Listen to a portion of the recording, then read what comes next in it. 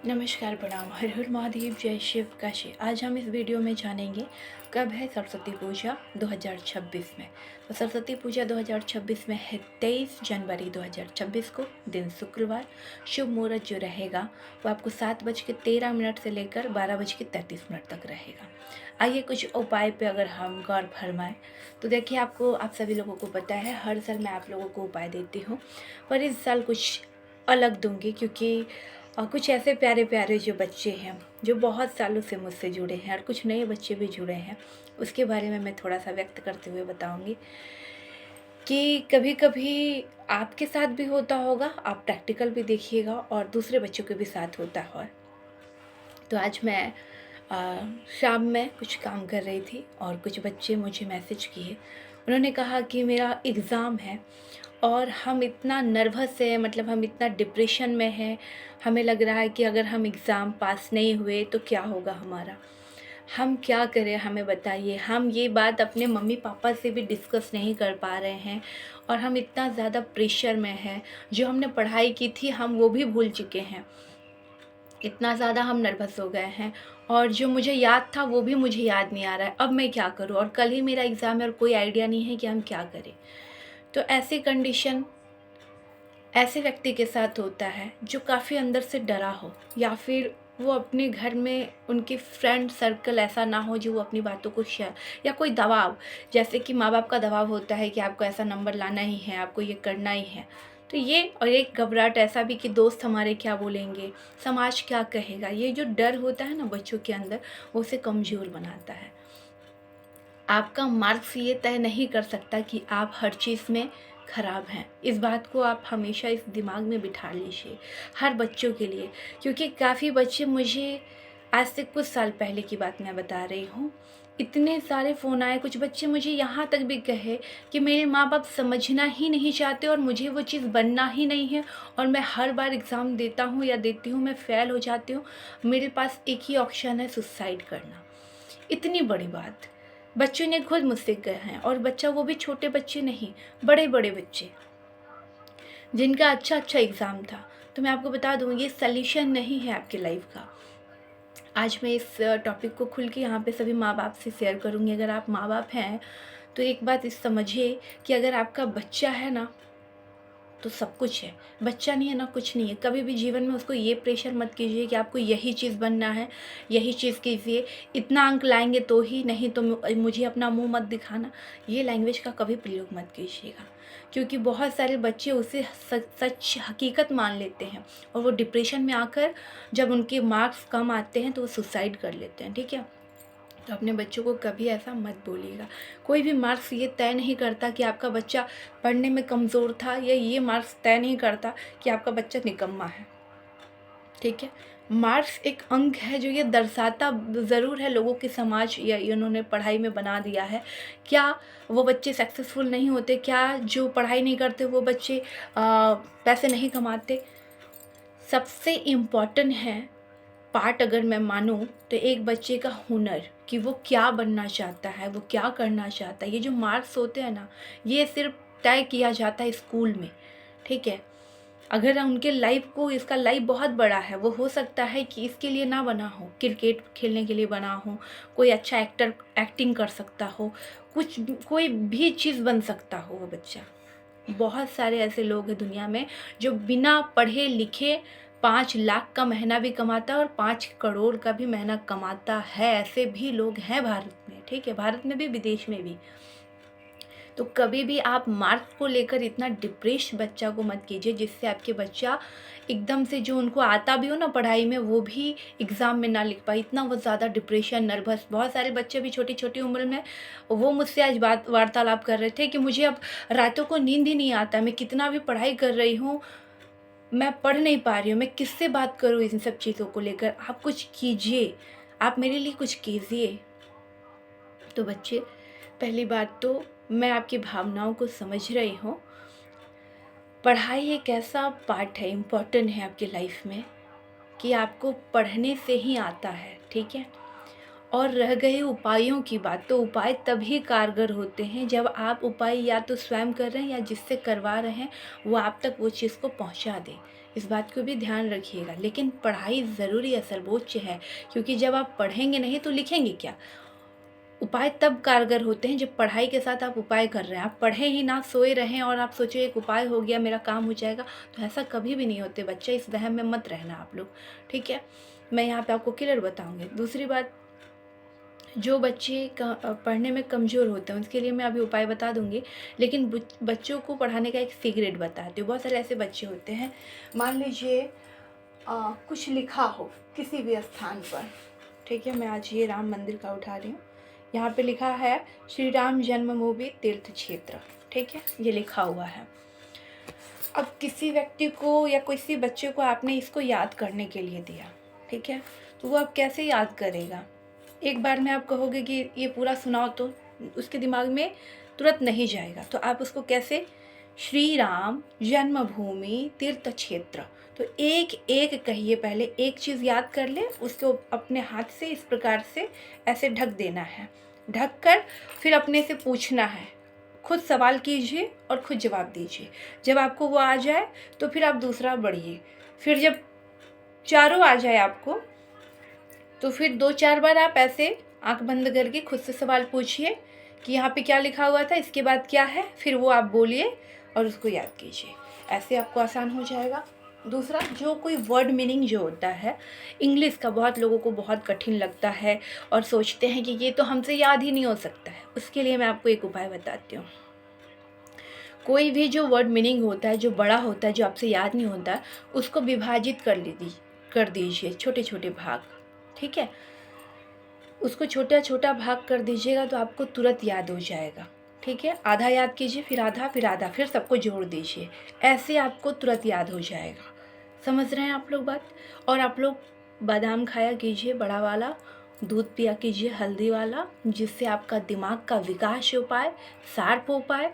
और जो चना होता है भुना हुआ, वो खाइए। जब चना खाएंगे ना तो आपके अलग अलग आइडिया आएंगे, क्योंकि आपका दिमाग का कसरत होता है। जब हम चबाते हैं ना चने को, तो हमारे दिमाग का कसरत होता है।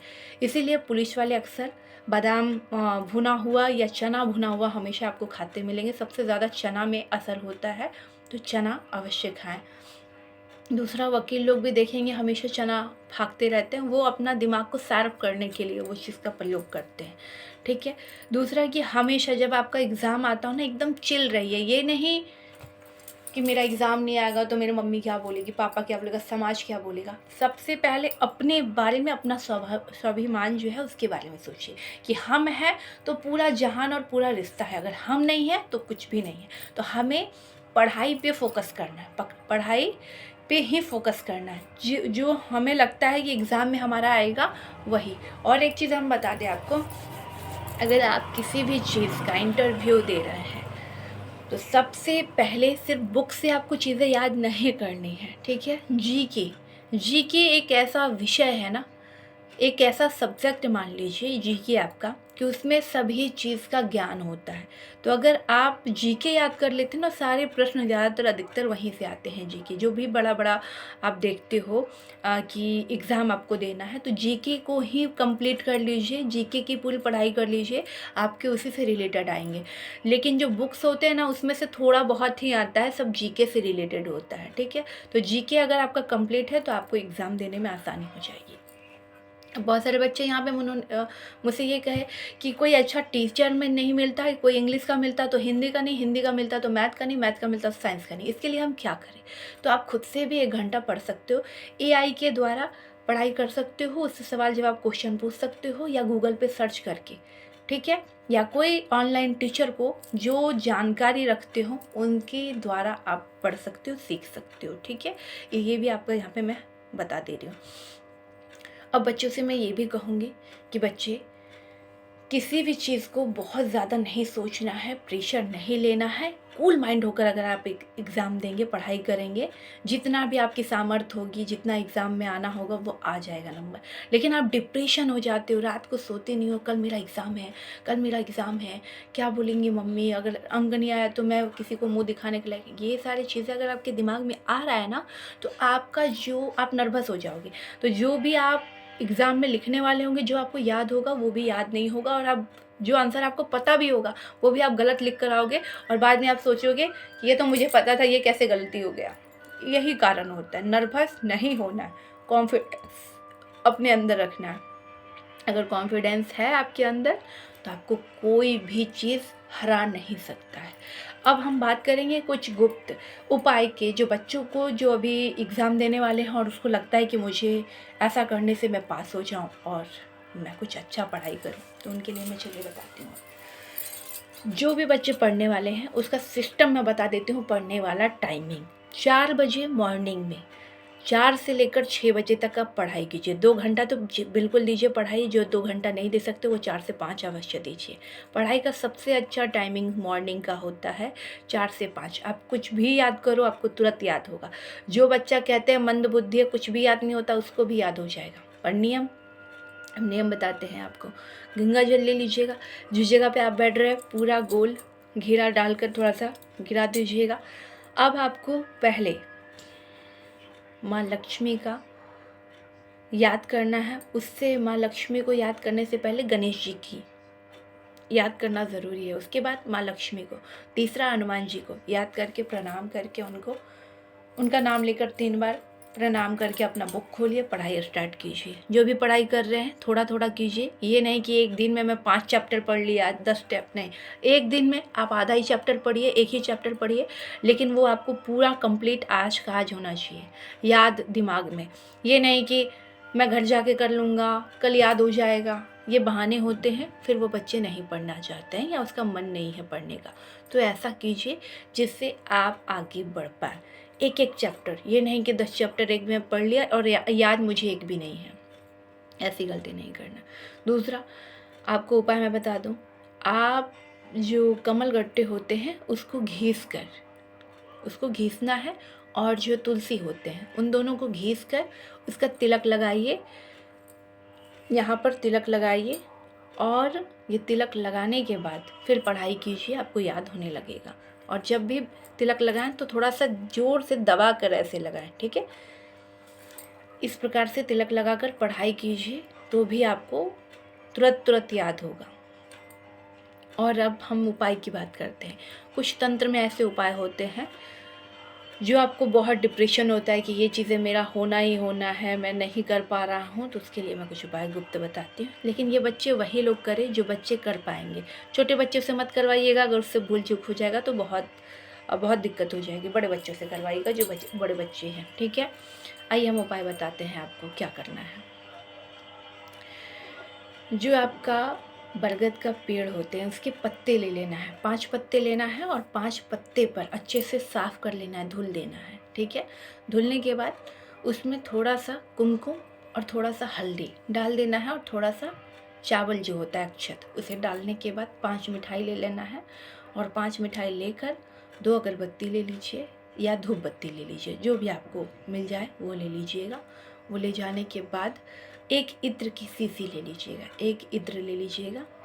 लेने के बाद ये सारी सामग्री लेकर आप चले जाइएगा किसी पीपल के नीचे, या दीपक जलाना होगा तो दीपक भी ले सकते हैं, उसमें भी कोई दिक्कत नहीं है। इन सबको ले जाकर और मीठा पानी बना लीजिएगा। मीठा पानी जैसे तांबे का पात्र होता है उसमें गुड़ डाल दीजिएगा या तो चीनी का प्रयोग कर दीजिएगा। ये मीठा पानी लेकर जाइएगा और पीपल वृक्ष के नीचे, जिस पीपल के वृक्ष के नीचे पूजा होती होगी उसी पीपल के पास जाइए। जिस पीपल के पेड़ की वृक्ष की पूजा नहीं होती है वहाँ ये पूजा बिल्कुल मत कीजिएगा, ठीक है। इस बात को पूरा ध्यान रखिएगा। और ये सारी चीज़ें जाकर आपको चढ़ाना है, वो जल को अर्पण करना है और जो भी आपको मंत्र आता है वो बोलते हुए और जो भी आपकी मनोकामना है वो बोलते हुए और आपको अपने घर चले जाना है। पीछे मुड़कर नहीं देखना है, सबसे बड़ी बात है, इसमें पीछे मुड़कर नहीं देखना है। कोई भी आवाज़ लगाए, आपकी मम्मी, आपके पापा, आपके दोस्त, कोई भी आपको लगता हो पीछे से आवाज़ लगा रहा हो किसी के भी रूप में या कोई बुरी चीज़ है, पीछे मुड़ के नहीं देखना है। ये पूजा करके सीधे घर आ जाना है, ठीक है। अगली बार फिर जब आपका एग्ज़ाम, ये जो जितने दिन का एग्ज़ाम हो आप इसके बीच में कर सकते हैं, या तो आप शनिवार से शनिवार तक कर सकते हैं। जितना शनिवार आप 7 शनिवार कर सकते हैं, 11 शनिवार कर सकते हैं। इस प्रकार से ये पूजा कर सकते हैं। अगर ये उपाय आप नहीं करना चाहते हैं तो इसको स्किप कर दीजिएगा। जो बड़े बच्चे हैं वो कर सकते हैं, जो छोटे हैं वो मत कीजिएगा।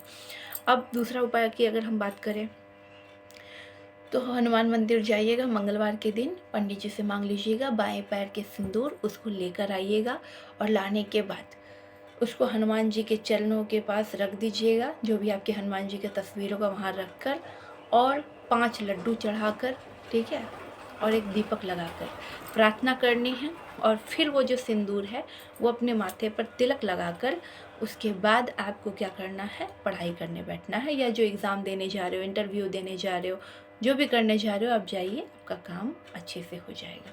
लेकिन इन सब चीज़ों को गुप्त रखना है, किसी से साझा और शेयर नहीं करना जब आप ये उपाय कर रहे हो, या कोई व्यक्ति आपको रोके टोके ना। अगर रोकता टोकता है तो वो चीज़ खंडित हो जाती है, इस बात का पूरा ध्यान रखिए।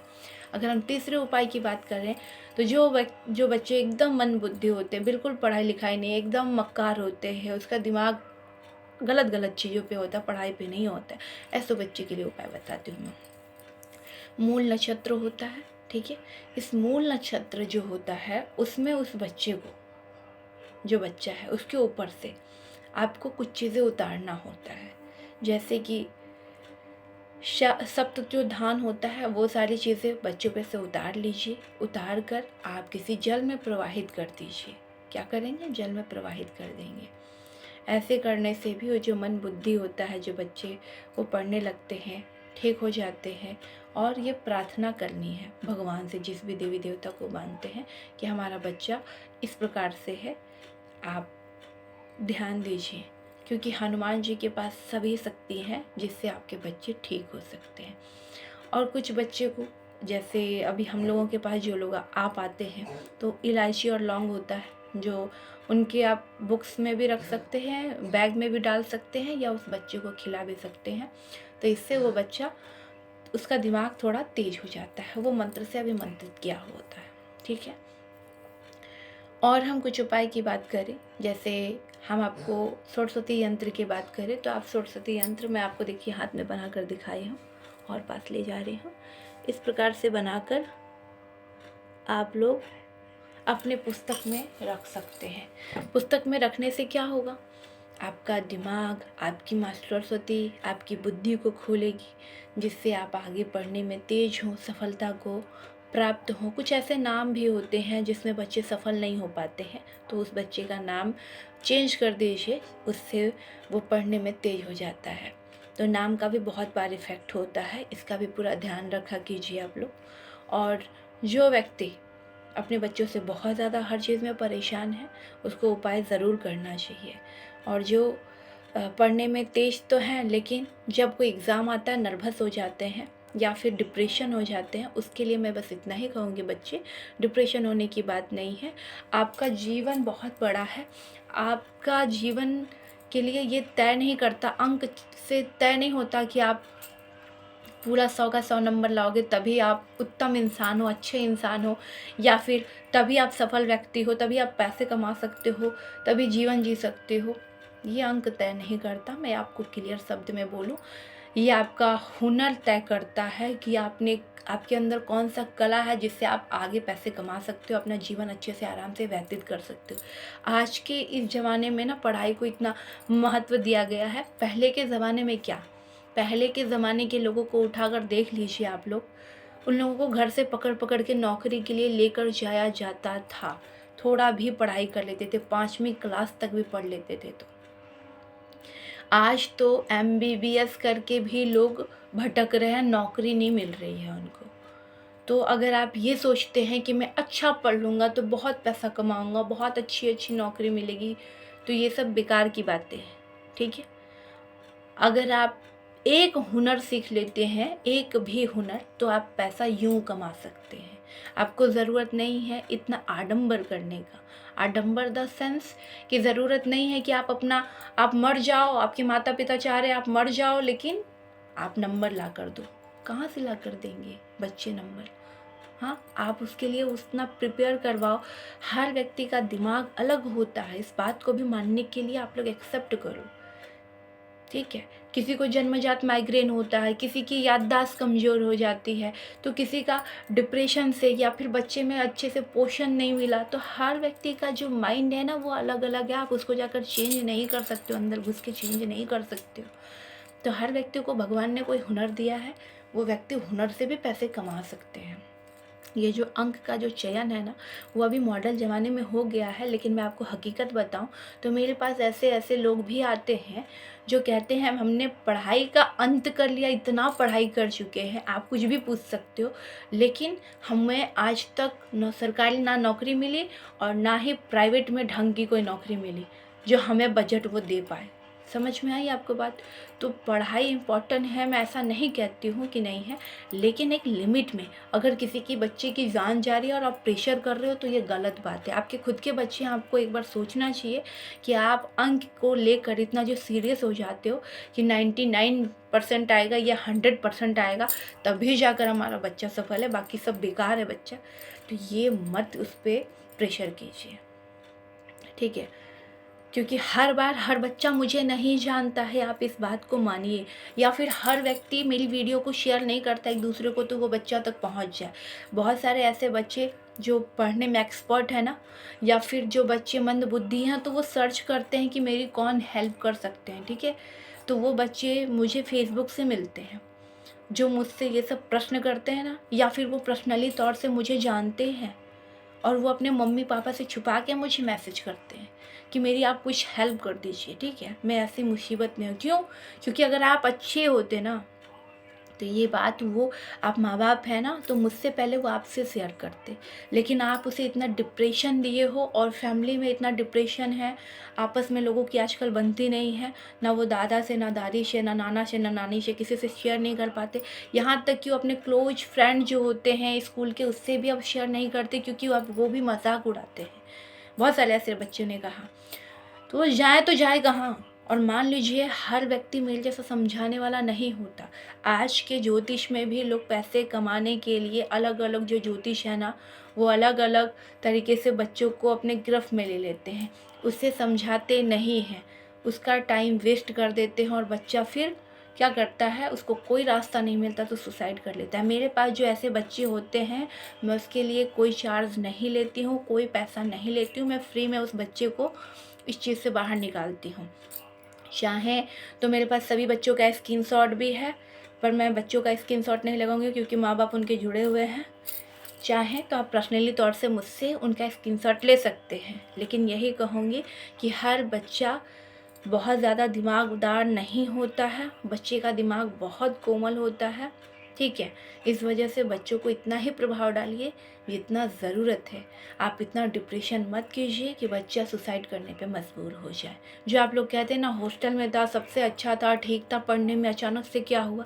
तो ये कारण होता है, आप मानिए चाहे मत मानिए, क्योंकि बच्चों ने खुद अपनी प्रॉब्लम मुझसे साझा की है कि मैम मैं क्या करूँ, मुझे अब कुछ नहीं पता, मैं इतना डिप्रेशन में हूँ, माँ बाप से, फैमिली से, हर चीज़ से।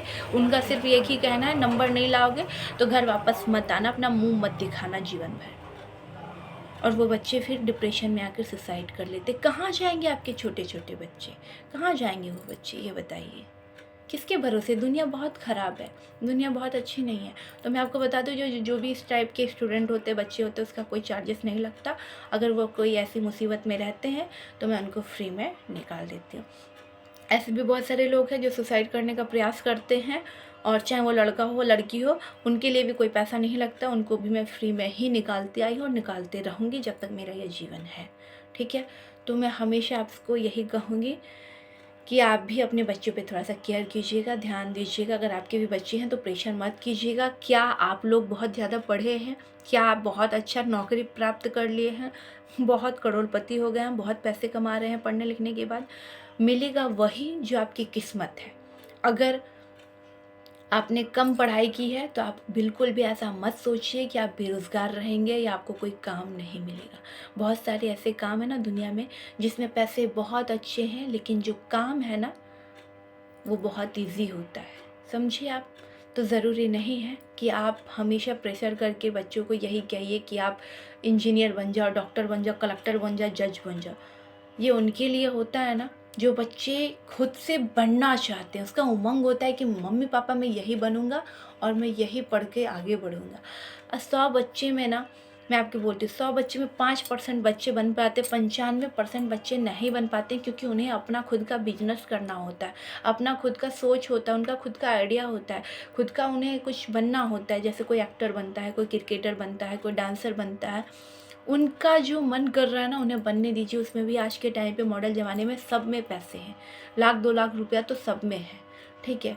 और ज़रूरी नहीं कि आपके बच्चे आपने MBBS करवा दिए तो तुरंत सरकारी नौकरी रखी है या तुरंत नौकरी रखी हुई है पुलिस की, ठीक है, जज की तुरंत नहीं रखी हुई है। अभी उन सब में पैसे लगते हैं। और ज़्यादातर तो मैं आपको खुलेआम बोलूँ शब्द में, आपको बुरा नहीं लगना चाहिए, ज़्यादातर घूस का ज़माना है। देखिए, अगर आपके कोई जान पहचान है, जानकार है, वो भी आपसे पैसे लेंगे तभी आपका बच्चों का प्रमोशन होगा, नहीं तो नहीं होगा। ये चीज़ें तो खुलेआम चल रही हैं। वो भी क्या करें, ऊपर से ऑर्डर रहता है तो वो ऐसा करते हैं, ठीक है। मैं आपको खुल के शब्द में बोलूँ तो इसीलिए प्रेशर करना बच्चों को बंद कीजिए। जो बच्चे बनना चाहते हैं उसके लिए पढ़ाइए, प्रिपेयर कीजिए। उनको दबाव भी डालना है तो ऐसा दबाव डालिए जिससे वो सुसाइड ना करे। हाँ, बच्चों से प्रेम से ये कह सकते हैं, हाँ बच्चा, अगर आप इस बार अच्छा नंबर लाकर दोगे मुझे तो मैं आपको वो गिफ्ट दूंगा। वो गिफ्ट आप ऐसे लालसा देकर आप कर सकते हो, क्योंकि बच्चों को अपनी ख्वाहिश पूरा करने के लिए, मतलब कि उन्हें जो चीज़ चाहिए, अगर आप ऐसा बोल देते हैं कि मैं उसको दिलाऊंगा, तो वो 100% मन लगाकर अपना उस चीज़ में पूरा देते हैं जितना उनसे हो सकता है, ठीक है। लेकिन आप अगर ऐसे डायरेक्ट दबाव डाल देते हो तो वो चीज़ें गलत है। मैं आपको खुलेआम शब्द में बोलो, वो चीज़ें गलत है, वो चीज़ें मत कीजिएगा, ठीक है। आप लोग ऐसा करने से बच्चों का दिमाग का विकास नहीं हो पाता, वो डिप्रेशन में रहते हैं, किसी से अपने बात बोल नहीं पाते हैं और उनका बहुत बुरा हाल होता है। तो बच्चों को परिवार के साथ दोस्त बनने की ज़रूरत है कि अगर उनकी कोई परेशानी हो तो वो आपसे व्यक्त करें, ठीक है। बहुत ज़्यादा प्रेशर ना करें बच्चों को, थोड़ा सा बच्चों को भी वक्त दे। किसी दिन अगर बच्चे ने आपसे कह दिया कि मुझे कोचिंग और स्कूल नहीं जाना है तो मत जाने दीजिए, उस दिन रोक लीजिए। हो सकता है कि उनको कुछ प्रॉब्लम हो, आप उनसे साझा कीजिए, पूछ सकते हैं। बहुत सारे ऐसे बच्चे भी आते हैं कंप्लेन लेकर कि मैम, अगर हम अपने मम्मी पापा से कभी कह देते हैं कि हमें स्कूल नहीं जाना है या कोचिंग नहीं जाना है तो हमारे मम्मी पापा गुस्सा हो जाते हैं, मारने लगते हैं, चिल्लाने लगते हैं। तो आप प्लीज़ ऐसा कुछ कीजिएगा जिससे हमारे मम्मी पापा कभी ना कभी हमारी बात माने। तो जो भी माँ बाप मुझसे जुड़े हैं और आपके भी बच्चे इसमें शामिल हैं, देखिए मैं आप किसी बच्चों का नाम नहीं लूँगी, लेकिन आपके भी बच्चे शामिल हैं, मैं आपसे यही रिक्वेस्ट करूँगी कि अपने बच्चों को थोड़ा समय दीजिए, समझने का प्रयास कीजिए। हो सके तो 1-2 दिन की छुट्टी भी उनको दिला दीजिए, क्योंकि सभी बच्चे हैं, सभी के बच्चे के मन अलग अलग हो जाते हैं। कभी कभी स्कूल और कॉलेज जाने का मन नहीं करता बच्चों का कभी कभी, तो उसको भी समझने का प्रयास कीजिए। और कभी कभी उनसे पूछा भी कीजिए कि आपको क्या पसंद है, क्या नहीं, क्या खाना है, क्या पीना है। उनकी ख्वाहिश पे भी थोड़ा सा ध्यान दीजिए, जिससे कि बच्चे आपसे घुल मिल पाए, अच्छे से वार्तालाप कर पाए, और कोई डिप्रेशन हो या कोई बात हो वो आपसे खुलकर बता पाए। उसका आप मुझसे भी बेहतर, मैं समझती हूँ कि माँ बाप जब जुड़े होते हैं अपने बच्चों से तो हम तो दूर रहते हैं, ठीक है। हम बच्चों के करीब नहीं आ पाते हैं क्योंकि बच्चे सब दूर दूर हैं, अलग अलग राज्य से हैं। तो वो बच्चे मुझ तक भी नहीं पहुंच सकते। हाँ, वो ये ज़रूर कहते हैं कि जब हम बड़े हो जाएंगे या फिर हम कभी वहाँ आएंगे तो आपसे मिलने आएंगे, ठीक है। और काफ़ी बच्चे जब मैं वहाँ जाती हूँ उस स्टेट में तो वो मिलने आते हैं। और काफ़ी बच्चे जो हमारे फैमिली मेम्बर्स में से हमसे क्वेश्चन पूछते हैं जब हम वहाँ जाते हैं तो वो मिल लेते हैं। लेकिन सारे बच्चे संभव नहीं हो पाते मिलना, तो इसलिए आप उनके पास हैं, क्लोज़ हैं, तो उनको समझने का प्रयास कीजिए। आप हमसे बेहतर समझ सकते हैं, मैं ऐसा समझती हूँ कि माँ बाप से बेहतर बच्चों को कोई ना समझ सकता है। तो जब माँ बाप ही ऐसा करने लगते हैं, रूड व्यवहार बच्चों के साथ, तो बच्चे टूट जाते हैं। क्योंकि दुनिया तो बहुत बेकार है, मैं साफ शब्दों में कहूँ, दुनिया तो सिर्फ मतलब से जुड़ी है, बहुत बेकार चीज़ है दुनिया। तो इसीलिए बच्चों को अगर आप समय देंगे तो अच्छा रहेगा। और ज़रूरी नहीं कि हर बच्चे मुझसे, ये भी मैंने कहा आपसे, हर बच्चे मुझ तक पहुंच पाए। बहुत सारे बच्चे मुझसे ये भी कहें कि गुरु माँ, मैंने पहले भी बहुत जगह पर दिखाया लेकिन किसी ने मुझे ना ऐसा बताया, ना समझाया, ना सिखाया। सबने पैसे भी लिए लेकिन हमारा कुछ हल नहीं हुआ। और किसी ने मुझे आपके बारे में बताया था तो मैं सोचा आपसे एक बार बात कर लूँ, मैं भी देख लूँ। और अभी उनको तसल्ली है और आराम भी है। तो जब मुझे ऐसा लगता है ना, एक बच्चा भी मेरे कहने पर चलता है, या एक बच्चे की भी जब जान बच जाती है ना, और जब वो हृदय से उधर से रिप्लाई करता है ना कि मैम आपकी वजह से मेरी आज जान बच गई, तो मैं आपको बता नहीं सकती हूँ, जीवन का सबसे बड़ा मुझे लगता है ये पुण्य मैंने कमाया है। चाहे वो लेडीज हो, चाहे औरत हो, चाहे बच्चे हों, चाहे बुजुर्ग हो, चाहे महिला हो, क्योंकि हर घर की प्रॉब्लम है। सिर्फ ये प्रॉब्लम नहीं, अनेक अनेक प्रॉब्लम हो सकती है लोगों का जब रहता है। किसी का फ़ोटो वायरल होने से मैंने बचाया, किसी के लाइफ में उथल पुथल है, तो वो सब जो रिप्लाई करते हैं ना, तो ये सबसे बड़ी, किसी की नौकरी मैंने बचा दी, किसी की नौकरी मैंने लगा दी, तो जो उधर से रिप्लाई मुझे आता है ना, तो मैं बस इतना ही कहती हूँ कि महाकाल ने मुझे उस लायक बनाया है कि मैं आप सभी की मदद कर पा रही हूँ, और हनुमान जी की इतनी बड़ी कृपा है जो आप सभी को, मैं लोगों की भला कर पा रही हूँ। इतना ही मैं कहना चाहूँगी अपने वीडियो के माध्यम से। और जो व्यक्ति पहुंच सकते हैं या जो बच्चे पहुंच सकते हैं, बहुत अच्छी बात है। और हाँ, अगर ये चीज़ आपको सरस्वती यंत्र मेरे हाथ पर अच्छे से नहीं दिख रहा होगा तो मैं आपको एक बार बता दूँ।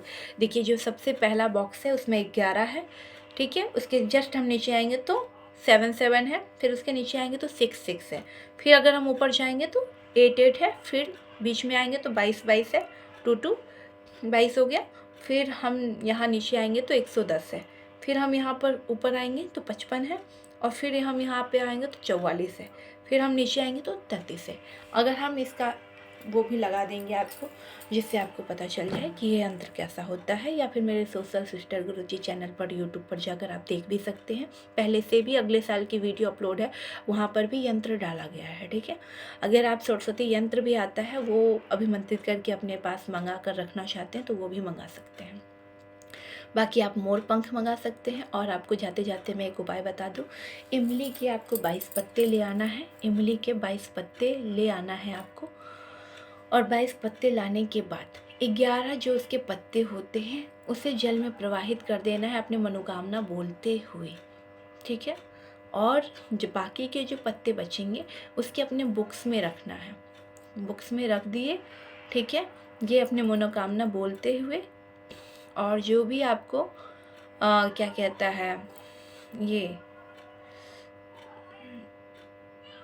मोरपंख मिलता है, मोरपंख जो मार्केट में ओरिजिनल वाला मिलता है बिना खंडित, वो मोरपंख को भी अपनी किताब में रखना है, ठीक है। ये भी काम करते हैं, तो इससे भी आपकी जो याददाश्त की कमी होती है, जो भूल जाते हैं, वो तीव्र गति से चालू हो जाता है। लेकिन इन सभी चीज़ों को करने से पहले एक बात का पूरा ध्यान रखिए आप सभी लोग, कि सबसे मस्ट है इसमें याद करना और पढ़ाई करना। अगर आपका गुरु अच्छा है, जो टीचर होते हैं पढ़ाने वाले, तो आपको यूँ चुटकी में आपको याद करवा सकते हैं। जैसे कि अगर जो पहले मैं भी पढ़ाती थी, मैं आपको यहाँ पे एक्सप्लेन करके बताऊँगी, तो मेरे पढ़ाने का तरीका मैं आपको बताती हूँ। अभी हम इस पे एग्जांपल लेते हैं। ये मेरी कंपनी का तेल है, देखिए यहाँ पे लिखा है नील तारा, ठीक है। तो ये जो नील तारा है ना, तो अगर किसी व्यक्ति को नील तारा एक साथ याद नहीं हो रहा है तो पहले वो नील बोलेगा फिर तारा बोलेगा, इस प्रकार से याद करना है ना। तो आपको ये घर जाकर जो बुक्स में मैडम या सर स्कूल में देते हैं या कोचिंग में कि हाँ बेटा ये कल याद करके आना, तो ये चीज़ें नहीं।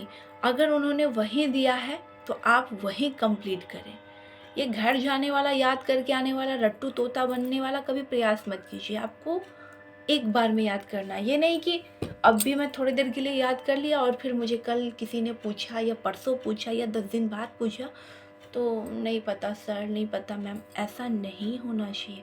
आपको यहाँ बिठा लेना है, यहाँ कि हमने ये चीज़ पढ़ा है ये। और सबसे इसमें मस्ट क्या होता है, कैसे पढ़ाई किया जाता है, ये जो आपकी आइज़ है ना, तो आप उस अक्षरों को देखो और फिर अपने माइंड में बिठाओ। और अगर मैं आपकी थोड़ी और मदद कर पाऊँ तो मैं आपको एक चीज़ यहाँ पे और बता रही हूँ। जो बच्चे पढ़ने में कमज़ोर हैं, वो पूरे दिन में जब भी वो सोने के लिए जाते हैं, चाहे सुबह सोने जाए या रात को सोने जाए या दोपहर को सोते हैं, तो अब आपका जो ये माइंड है ना, तो उसमें आपको सोचना है कि मैं ये चीज़ पढ़ लिया, ये चीज़ कर लिया, ये चीज़ मुझे आ गया, मैं पास हो गया। सब कुछ अच्छा बोलना है, बुरा नहीं बोलना है, बोलते रहना है। आपको रास्ता दूसरे दिन से मिलना स्टार्ट हो जाएगा। सब कुछ ऐसे बोलना है कि मैं कर चुका हूँ, आ चुका है। तो आप देखेंगे कि जब आप पहले तो अपने से खुद से 5 मिनट सवाल पूछेंगे कि आपने आज पूरा दिन में क्या किया, अच्छा क्या भला किया, क्या पढ़ाई किया, क्या याद हुआ, पहले पूछेंगे और फिर याद करके सोचेंगे। उसके बाद फिर आप ये कहेंगे कि मुझे सब कुछ याद हो गया, सब कुछ मुझे आता है, मैं पास हो गया। ऐसा करने से क्या होता है, ऐसे आपको अभ्यास हो जाएगा, हैबिट हो जाएगा। और 30 दिन अगर आपने ऐसा लगातार कर लिया तो आप जो भी पढ़ेंगे वो याद रहेगा। जैसे हमने नील तारा यहाँ पे पढ़ा तो ये अब हमें याद रहेगा, दिमाग में हमारा फिक्स हो गया, क्योंकि हम इसे क्या कह रहे हैं, अपने आप से क्या कह रहे हैं, अपने माइंड से क्या कह रहे हैं कि ये हमें याद हो रहा है या याद हो गया। अब इस सब चीज़ में दिमाग का खेल है, क्योंकि हमारा याददाश्त कब कमज़ोर होता है, जब हम उस चीज़ पे गौर नहीं फरमाते। मान लीजिए कि हमने एक झटके में देखा तो हम बाद में भूल जाएंगे पता नहीं क्या लिखा था क्या नहीं, लेकिन जब हम इसे पास लाकर पढ़ते रहेंगे, ध्यान देकर पढ़ेंगे वो लेटर क्या था, अगर हमारा आइज़ लेटर पे जा रहा है तो हमारे दिमाग तुरंत एक्सेप्ट करेगा उस चीज़ को, क्या करेगा, एक्सेप्ट करेगा। लेकिन हम झटके में कहीं पे देखे और पढ़ के निकल गए या दूर से ही देख ली तो वो चीज़ें बाद में हमारे दिमाग से चला जाता है, याद लंबे समय तक नहीं रहता है। लेकिन जब हम पास से एक एक अक्षर पढ़ते हैं ना, एक एक लेटर, और सोच कहीं ध्यान नहीं, बस वहीं पर कि वो क्या लिखा है उसको समझते हैं, तो आपको याद हो जाएगा तुरंत। तो ये आइडिया था, मैं आपके साथ शेयर की हूँ, साझा की हूँ। और आज भी मैं ज्योतिष पढ़ाती हूँ बच्चों को, लेकिन पहले मैं बच्चों को पढ़ाती थी, ठीक है, तो इंटर तक के बच्चों को मैं पढ़ाती थी। तो उन सब बच्चों को जो मैं पढ़ाती थी अब तो वो लोग पास हो गए और कहाँ कहाँ पहुँच भी गए, अच्छे अच्छे पद पे पहुँच गए। तो मैं यही कहूँगी कि अगर आप भी ऐसा टीचर कि आप अगर आपको टीचर मिल जाए तो आपको यूँ चुटकी में, और टीचर ऐसा होना भी चाहिए, मुझे ऐसा लगता है ना, जो टीचर आपको प्यार भी करते हो, समझाते भी हों, मारते भी हों, तो वो टीचर सबसे बेस्ट होता है। मारने का द सेंस बहुत ज़्यादा मारे ना, आपको प्रेम से थोड़ा बहुत मारे, ये नहीं कि छड़ी लिया डंडा से कूट दिया पीट दिया, इस प्रकार से नहीं, थोड़ा बहुत मारे, इसलिए कि वो डर भी ज़रूरी है आपके अंदर थोड़ा सा, बहुत ज़्यादा वे में नहीं, जैसे एक थप्पड़ दो थप्पड़ बहुत ज़रूरी है। वो भी कहाँ नहीं मारना चाहिए, सर पे नहीं मारना चाहिए, जब भी उनको मारना है तो वो आपको पीठ पे, हाथ पे इस तरीके से मार सकते हैं, लेकिन सर पे ना मार। सर पे मारने से याददाश्त कमज़ोर होती है, सर पे मारने से माइग्रेन होता है, और सर पे ज़्यादा जोर से चोट लगने से आपका जो अंदर के जो लाइन, जिसको नस कह सकते, तार कह सकते हैं आप, वो ख़राब होना चालू हो जाता है। तो सर पे जब भी आपके बच्चे पढ़ने जाए तो टीचर से पहले ही कह दीजिए कुछ भी हो जाए सर पे बच्चों को मत मारिएगा। और सर पे तेल लेकर, आयुर्वेदिक तेल लेकर सर पे मसाज भी कीजिए, क्योंकि जितनी आपके माइंड का जो मसाज होगा ना, इन तारों का जो अंदर हमारे होते हैं, उतना अच्छा आपको याद होगा। पूछिए क्यों? क्योंकि हमारे शरीर में बहुत सारी चीज़ हम खाते पीते हैं बाहर का, यहाँ वहाँ का, तो गंदगी, फैट जमा हो जाता है, वही धीरे धीरे हमारे शरीर को अंदर से ख़राब करने लगता है। तो हमारे अंदर इतना टेंशन हो जाता है, किसी चीज़ का डिप्रेशन हो जाता है, सर भारी हो जाता है, दर्द होने लगता है। कभी कभी ऐसा होता है कि हमें बहुत अजीब फील होने लगता है, जैसे लगता है सर हमारा आधा दुख रहा है, आधा पूरा दर्द हो रहा है, बहुत ज़्यादा परेशान है। तो जब आप आयुर्वेदिक तेल लगाएंगे और सारे नसों पर काम करेंगे तो देखेंगे हल्का। बहुत बार गैस की समस्या से लोगों का सर दर्द होता है, तो जब भी आप सर इस तरीके से मसाज देंगे तेल लगा के अपने सर को, तो देखेंगे उस दिन आपका सर बहुत हल्का है, और आप जो भी पढ़ाई कर रहे हैं या जो भी कर रहे हैं वो आपको तुरंत तुरंत याद हो रहा है, अच्छे वे में हो रहा है, और आप आगे बढ़ रहे हैं। इस बात को भी पूरा ध्यान रखिएगा। मैं मानती हूँ कि मैं जितनी भी वीडियो बनाती हूँ थोड़ा सा लॉन्ग हो जाता है, लेकिन इन बच्चों को और उन लोगों को फ़ायदा होता है जो बच्चे मुझे सुनते हैं, देखते हैं, समझते हैं। क्योंकि मैं, देखिए, अपने तरीके से बच्चों को बताना चाहती हूँ कि जिससे वो आगे बढ़कर आगे चलते रहे, बढ़ते रहे और इनसे बाहर निकलते रहे। ठीक है, जीवन हमारा बहुत बड़ा होता है, छोटा सा नहीं होता है जितना लोग बना दिए हैं, इतना सीमित कर दिए हैं। देखिए, पहले तो आप बचपन रहते हैं, बचपन में आपको कुछ पता नहीं हो, फिर बड़े होते हैं तो आप पे पढ़ाई का बोझ बचपन से ही रहता है, ठीक है। उसके बाद फिर आपको शादी का बोझ, फिर बच्चे का बोझ, फिर आप अपना जीवन कब यापन कर रहे हैं, कब जी रहे हैं। इसीलिए मैं आपसे कहूँगी कि बिना डिप्रेशन लिए जीवन में आगे बढ़िए, टेंशन लीजिए मत, दूसरों को दीजिए, लेकिन टेंशन लेने से कुछ भी हल नहीं हो सकता है। टेंशन एक ऐसी डाकनी है जो चिता के समान है, वो आपको अंदर तक हिला देती है, खा जाती है, डिप्रेशन में डाल देती है, सुसाइड तक करने को मजबूर कर देती है। तो ऐसे टेंशन को अलविदा कहिए, हंसते मुस्कुराते रहिए, मेरे साथ जुड़े रहें। और जब भी कोई टेंशन ऐसा बड़ा आपको लगे कि हल नहीं हो रहा है और ये टेंशन मेरे साथ चल रही है, तो आप मुझे कांटेक्ट कीजिए, आपका सभी हल का निवारण हो जाएगा। जय माता दी, हर हर महादेव, जय शिव काशी।